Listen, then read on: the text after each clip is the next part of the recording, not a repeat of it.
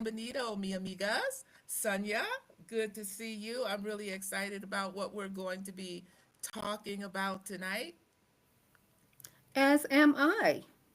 It's good to Now, see I'm you using a too. new platform. I'm using a new platform tonight. It's called Riverside FM .fm. Normally, we are on StreamYard. So I am hoping that this is going to be something that we can continue to use in the future. We will see. All right. Go ahead and introduce yourself. Well, it's always good to plan. It's always good to try new things. So we're trying something new, and I'm experimenting with it also. I'm Sonia Foloyan. For those of you who don't know me, I am. I call myself the cash flow creative cash flow coach. I help women 55 and older who are interested in accessing a more intentional way of life that includes freedom, rest, travel, and ease. I do some coaching. I have a financial social work certification. And I live in Chapala, Mexico, most of the year. I'm also a resident of Charlotte, North Carolina, but I'm also a resident here in Chapala. And I am blessed to be affiliated with Coach Donna Jones, who's on the other side of the screen. We've got some ventures together, which we'll talk about soon. But it's a delight and a pleasure to be here. And tonight we are talking about co living our way, and it's not that complicated. Amen. Amen. You know, I'm Savvy Lee Jones, the co-living diva here in Chapala, Jalisco, Mexico. I've been here now since 2021. I do go back and forth to the U.S. I am originally from Michigan. And if anybody knows anything about Michigan, you can see while I'm here in this 80-degree weather, while they're still having snow and rain and ice and all this other stuff in Michigan right now. It's cold. It's very cold there. One I met Sonia through the Exodus Summit program or Exodus Summit, which is held annually by Stephanie Perry and Rashida Dow. We were in a group that wanted to focus on individuals thinking about relocating to Mexico, specifically the Guadalajara and Jalisco area, which is where we are. And when I met Sonia online, that's when I first learned about co-living, living in and when I found out about it, I said, "Oh man, this is something special." I remember doing my interview with the group of ladies that we were that lived in our communal area. When they got through telling me what it was about, I said, "This is like the Golden Girls on steroids," and that's exactly what it feels like. So tonight we want to talk about that a little more. We're going to talk about what I call the 7 P's regarding co-living. And like Sonia said, it ain't complicated. It really is not. It's not new. It's been around since the 19 well even 1700s. It has been around for a long time. Typically, when you talk about co-living, you're talking about individuals in a common place, a building, a home, some structure, but there's no biological relationship. So we're not brothers, sisters, cousins, and aunts and things like that. And our house represented that really, really well. Sonia being from North Carolina by way of Kansas, me being from Michigan, Sue being from Australia, and then we also had Sahava, who was from Argentina, and she also stayed some part of her life in California. So we had a diverse group of women in our establishment. Sonia? We did have, that's how it was established. Sahava had been researching co living for a long time. And as Savvy said, it's not a new concept. And if we even look into, black families, co living is nothing unusual. We've always taken in family members or fictive family members, people who are not blood related but who are our family. We To share space, to save expenses, also for safety reasons. So it certainly is nothing new. And we also see other cultures embracing it as a way of life. I mean, we often talk about Mexican families and how they will have three or four or five families under one roof, and then but they pool their resources and their time together, and they help each individual family unit to be independent, and then they move out. But also they oftentimes buy land and share space together, or create compounds together. And we're seeing more of that happen again in our community, because we've lost so much land, so much farmland. We are also really appreciating the importance of land and having our own space together and building together. We're doing it in Africa. We're doing it all over the place. Yes. But as Savvy said, the original purpose for our house was it was to be a creative space for artistic women to come together. And the original plan for our co-living building was for the residents here to age in place. Uh, and eventually, out of our 4 units, the original plan was for one of the units to to become a place for a live-in nurse in the future, as the inhabitants here have aged. Now, there have been some changes to the configuration of the house. We actually are, Savvy and I are actually, we've become the managers of this house. Um, and we are, really making some decisions about whether this is something that we want to purchase or not. But in the meantime, we are managing it, and so it is now a co-living house for creative Black women, 55 and older. Although we can have some flexibility, it's for us as we go over the 7 principles that have been important to us. We will talk about that. But the purpose was for creative women to age in place, um, and to build a caring community, a creative community where we care for and look after one another. We absolutely do that part. If one of us is sick or infirmed, if something is going on, we really are there for each other, and it's a wonderful, wonderful thing.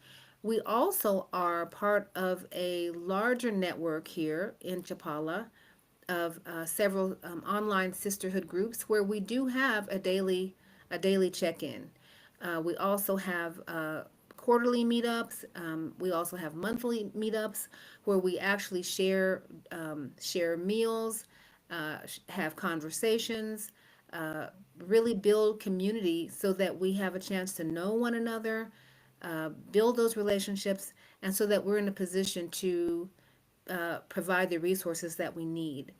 Also, as part of that, as part of our business, we do hold community coffee chats again, where we are making ourselves available to the community, and also we want the community to know us. It's really all part and parcel of the same thing: creating a creative, loving, safe community where we can all get our needs met.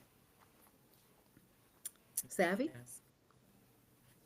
So that is the first P. That's the first P, the purpose of our co-living establishment.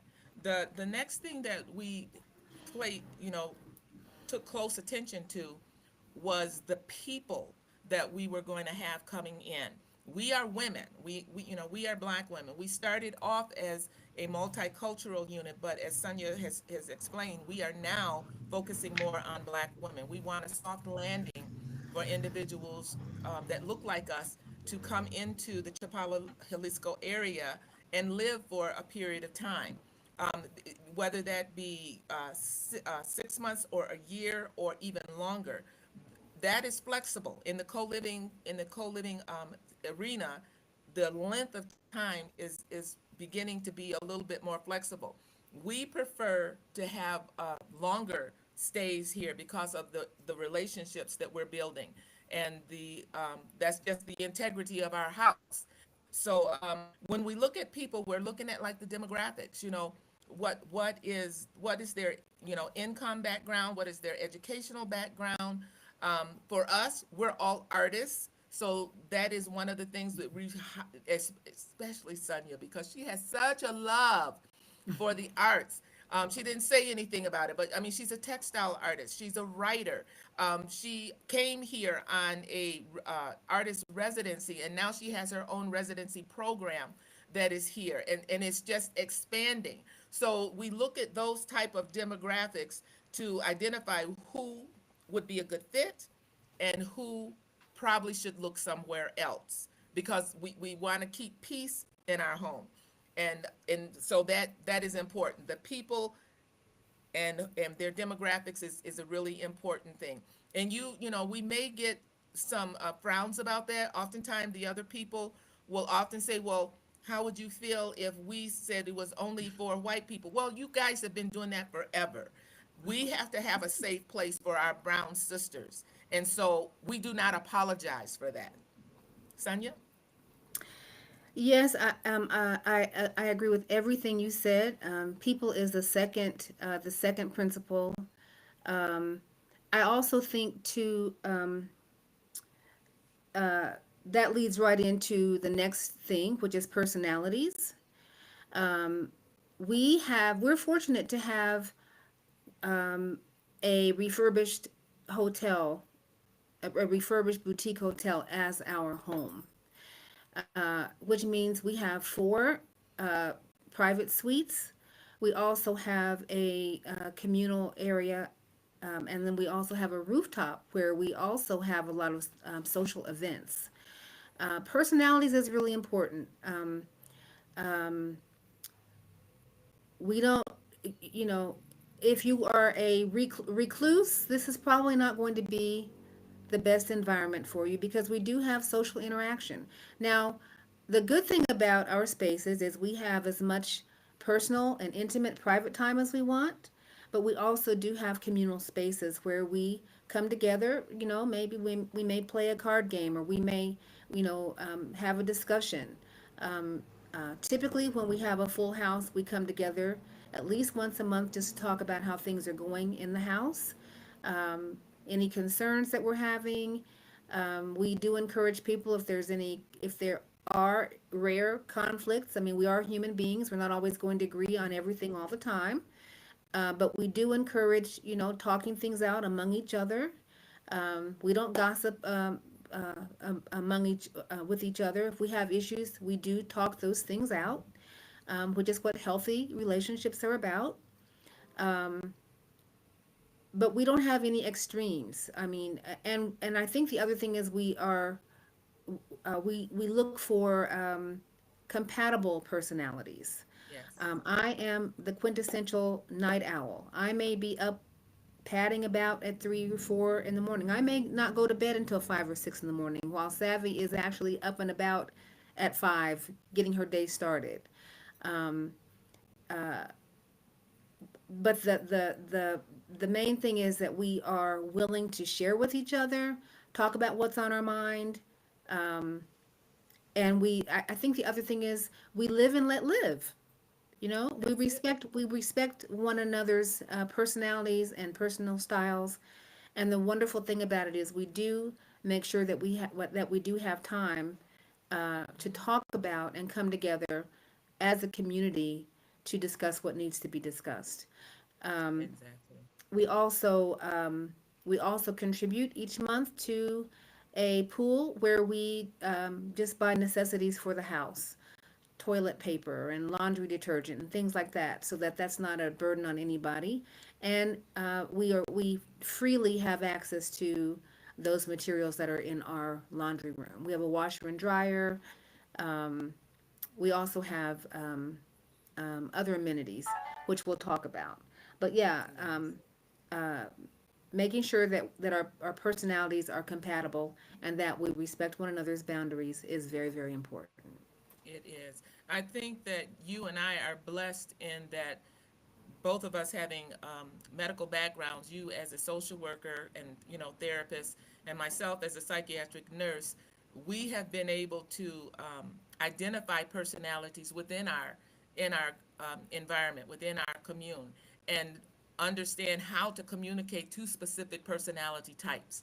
And if you're somebody that doesn't understand that process, there are wonderful assessments that you could take to Mm-hmm. identify, learn who you are, and learn how to communicate with others who may be different than you.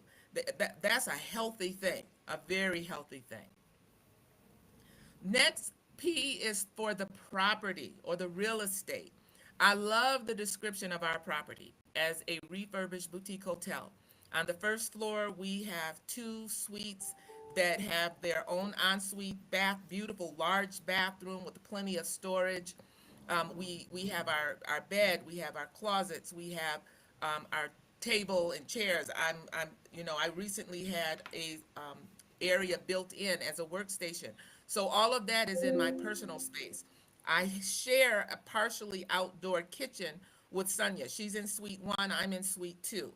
On the second level, we have suite three and suite four, and they share a kitchen on the second level. On the third level, which is the community space, we have a large activity room. Sonia has her art gallery up there, or her working loft up there. We have a large chef's kitchen. Lighting is beautiful.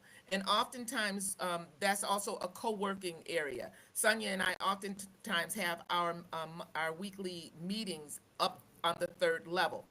That's where we come together when we need to have a community meeting.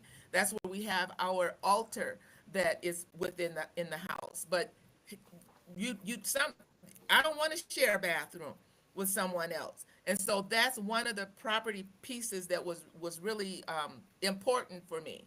I can share a kitchen. I'm not one that like to be in the kitchen all the time. So, I can share a kitchen.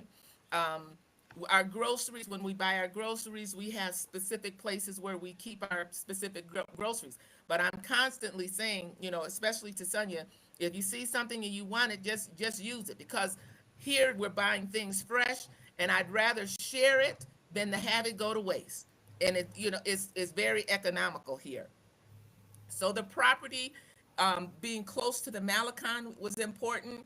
We can go to our third floor, I mean, our rooftop mirador. We can see the mountains and we can see the lake. So that property is essential.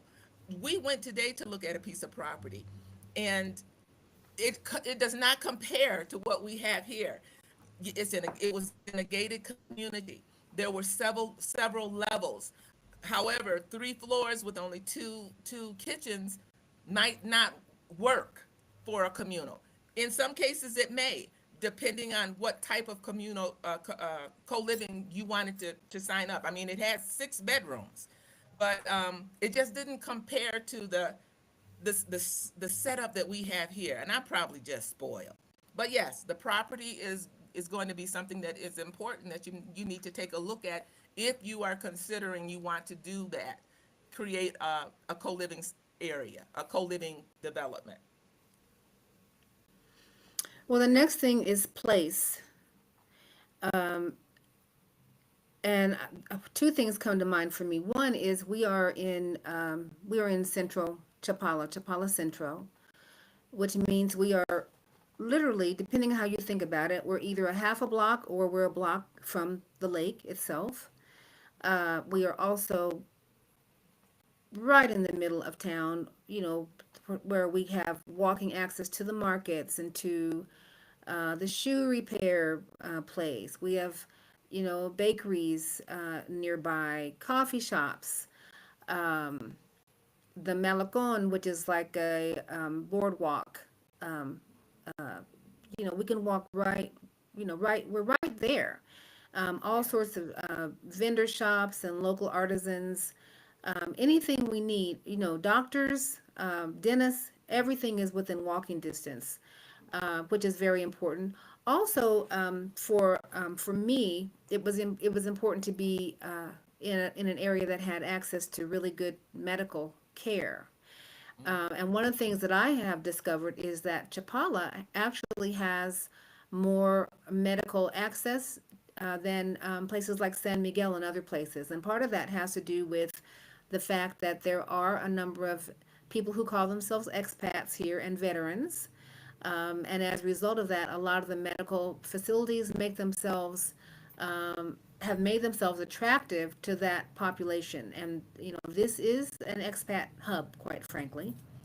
Um, so place is very important. The other thing that I really like about this particular part of the country is the weather is mild pretty much all the time.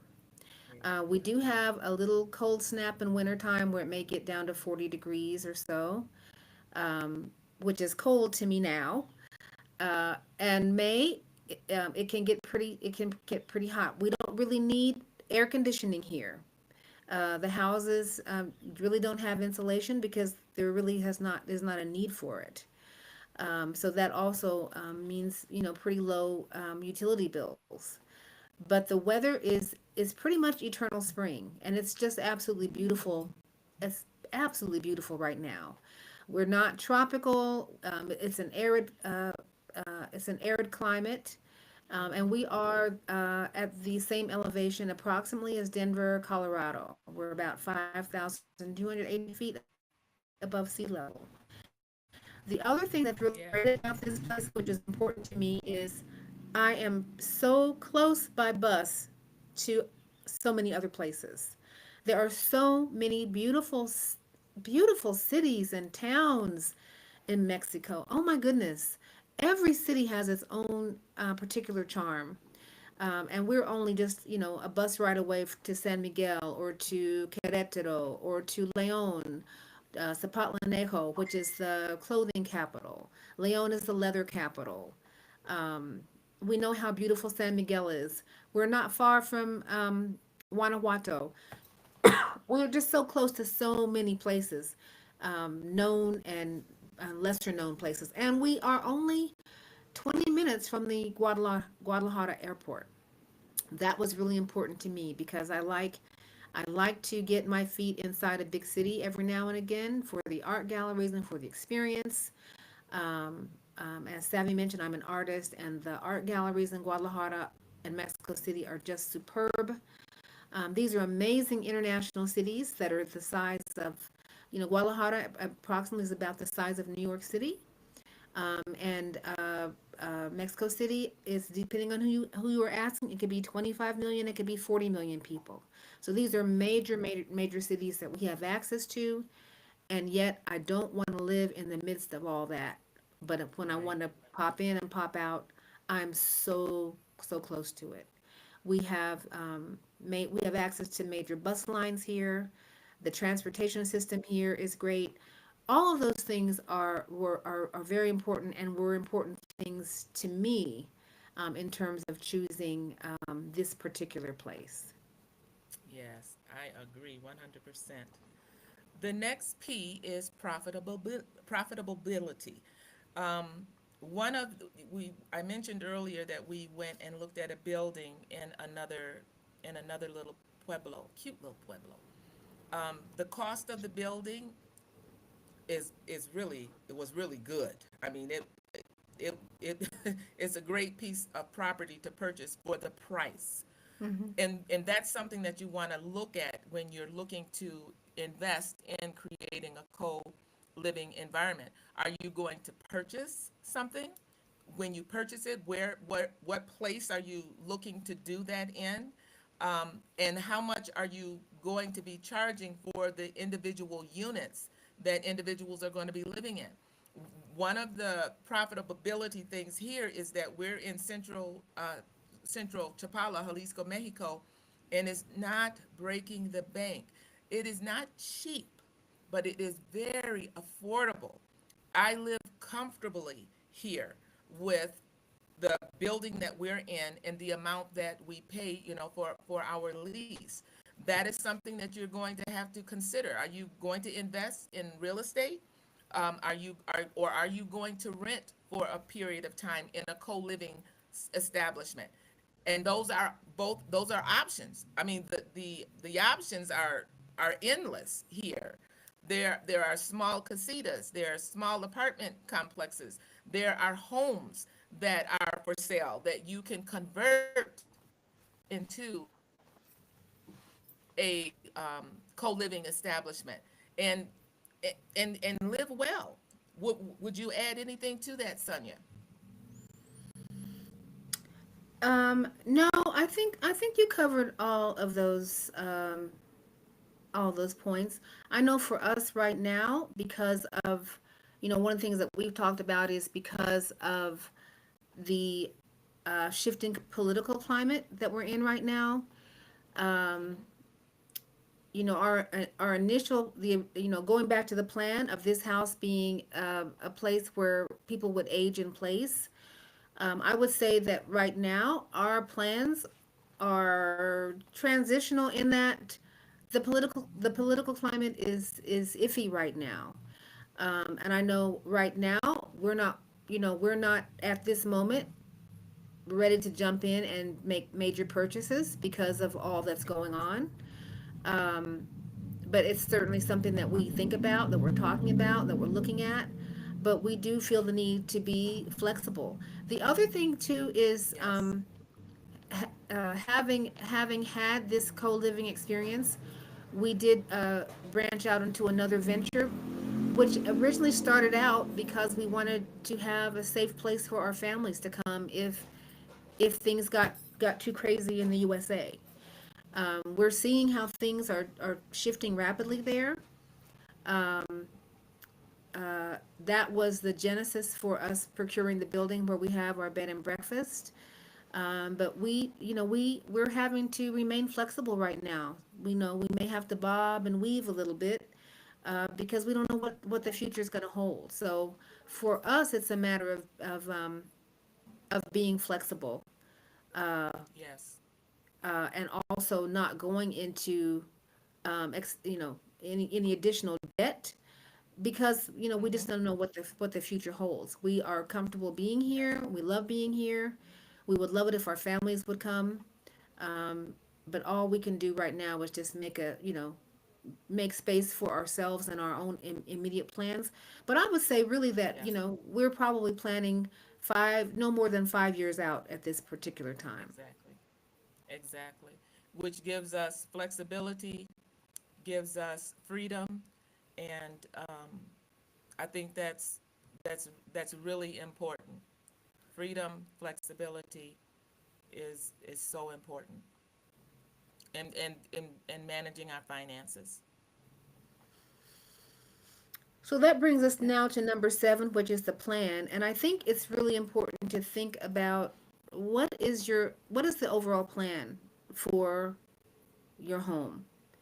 Um, are you creating a co-living space for social interaction? Is it for protection and um, accountability? Is it to age in place? Uh, is it are you going into a co-living arrangement because you want to make money from that situation? Um, I think it's important to be clear about why you're coming together, and then all of your decisions come out of that. Um, Yes. uh, we do. Savvy mentioned the fact that we have an altar in our building, and we also have a mission statement for our building. Um, we are in the process right now of rebranding our place, as Savvy had mentioned earlier. Um, to the This is the House of Caoba, which is the Mahogany House. This is the house for Black creative women. Once we get our final inhabitant in place, we will redo our mission statement. We are almost there in terms of having our house filled. And we are going to get start some of that with our new inhabitant who's coming next month. We know that it Yes. won't be long before we have a full house again. But coming together and creating that altar, and having all of us create our mission statement, what this house is about, what our purpose is, what our plans are for each other and for the future. That, having that understanding makes all of your decisions and your actions flow from that. So that's very, very, very important. Yes. We also, though, want to say that we have really done this our way, and that is we have had a spirit-based process from day one. Yes. Uh, Yes. I actually had a serendipitous meeting with a woman. Had breakfast with her one day here in Chapala, only to discover that I had her books on my shelf. She's a very famous textile designer and created a whole company around paint sticks. I mean, I've been reading her books for years. And here I was at the table having a meeting with her across the table. And halfway at the end of her meeting, she said, this is what she said: "You know, we have an opening in our house. And I think you would make a great person to move in with us." It was just like that. It was a spirit based thing. It wasn't a credit check thing. It wasn't uh, uh, character. It was a spirit based interaction. I met the other members of the house. We had some meetings, virtual meetings. They made a proposal. I made a proposal back. They made a proposal. I made a proposal back. Boom. It was really that simple. Um, Yes. and that's how we have gone about our selection process as well.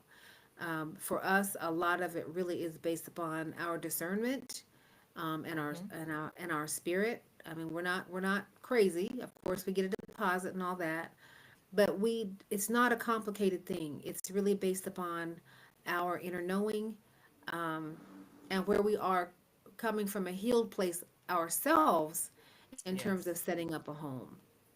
What would Yes. you say to that? You said you summed that up perfectly. It's not all about the profits. Do we want to make a profit? Yes, but we are more in tuned with the spirit aspect of it and discernment of individuals that we want to allow to come into our space. We have a peaceful abode here, and we Yeah. don't want that disrupted. And so Sunya and I both are prayerful individuals. I'm not ashamed of the gospel, and I seek wisdom from a higher being than myself, and trust that He's going to lead in in the right direction. And so far, we have not missed the mark. It's been pretty amazing. It ain't complicated. It has. It has. It has. So, Sonia, do you have anything coming up that you want to share before we sign off? Yes, I wanted to share that we actually have a another retreat coming up at the end of September, and I'm so excited about it. We had a wonderful retreat at the end of February. Um, we will be starting registration for that retreat starting next week. It will be here in Chapala, Mexico. We're really leaning into rest as well as developing our resilience and our ability to access joy in the midst of adversity.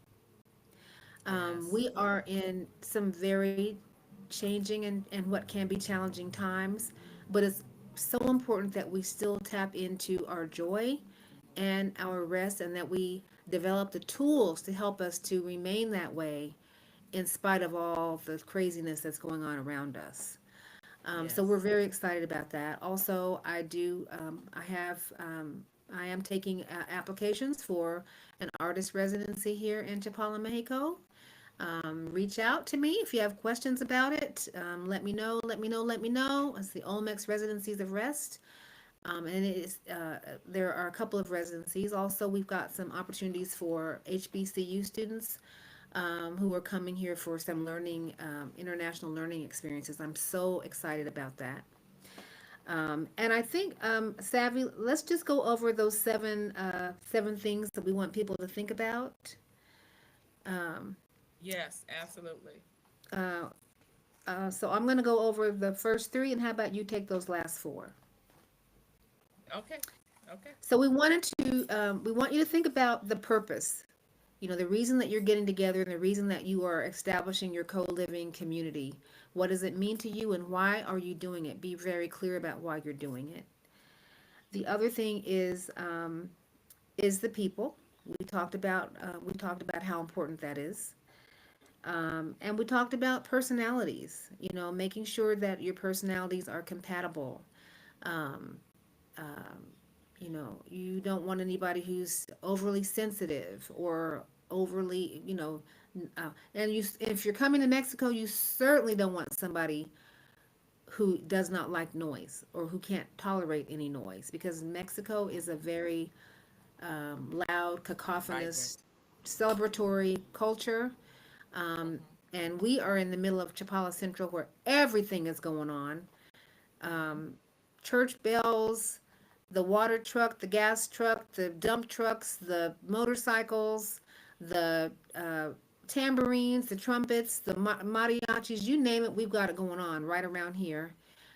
So if you are noise averse, you don't want to have people that are coming into a noise averse, you don't want to have noise averse people coming into a noisy community. So you take the next Yes, four. that is so true. So the next property, know the type of real estate that you want to utilize, whether it's a family home or maybe it is more like a apartment building, or like with us, it is a refurbished boutique hotel.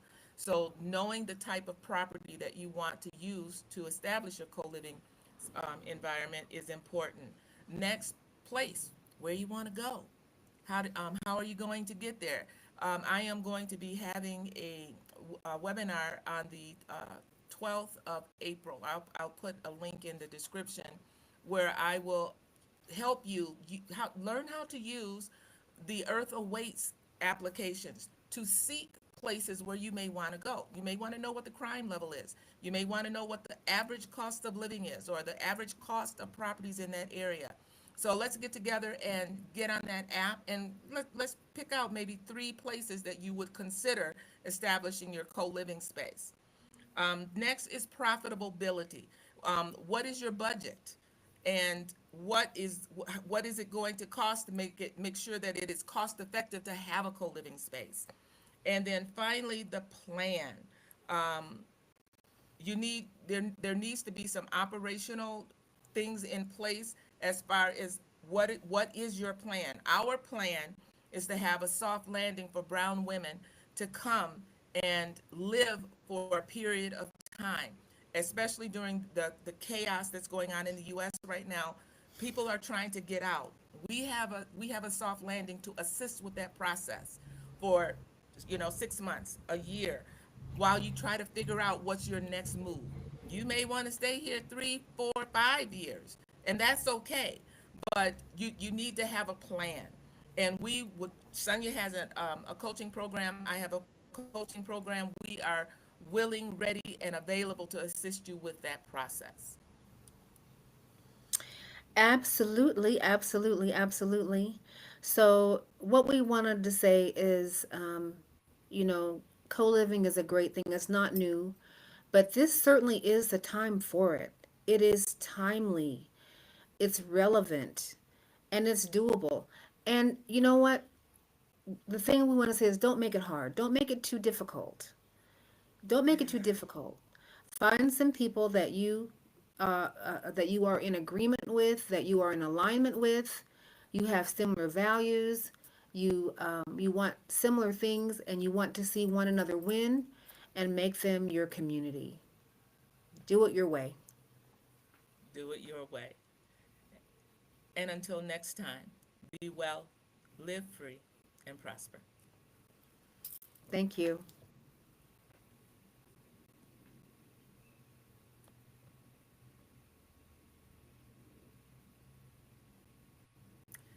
Okay.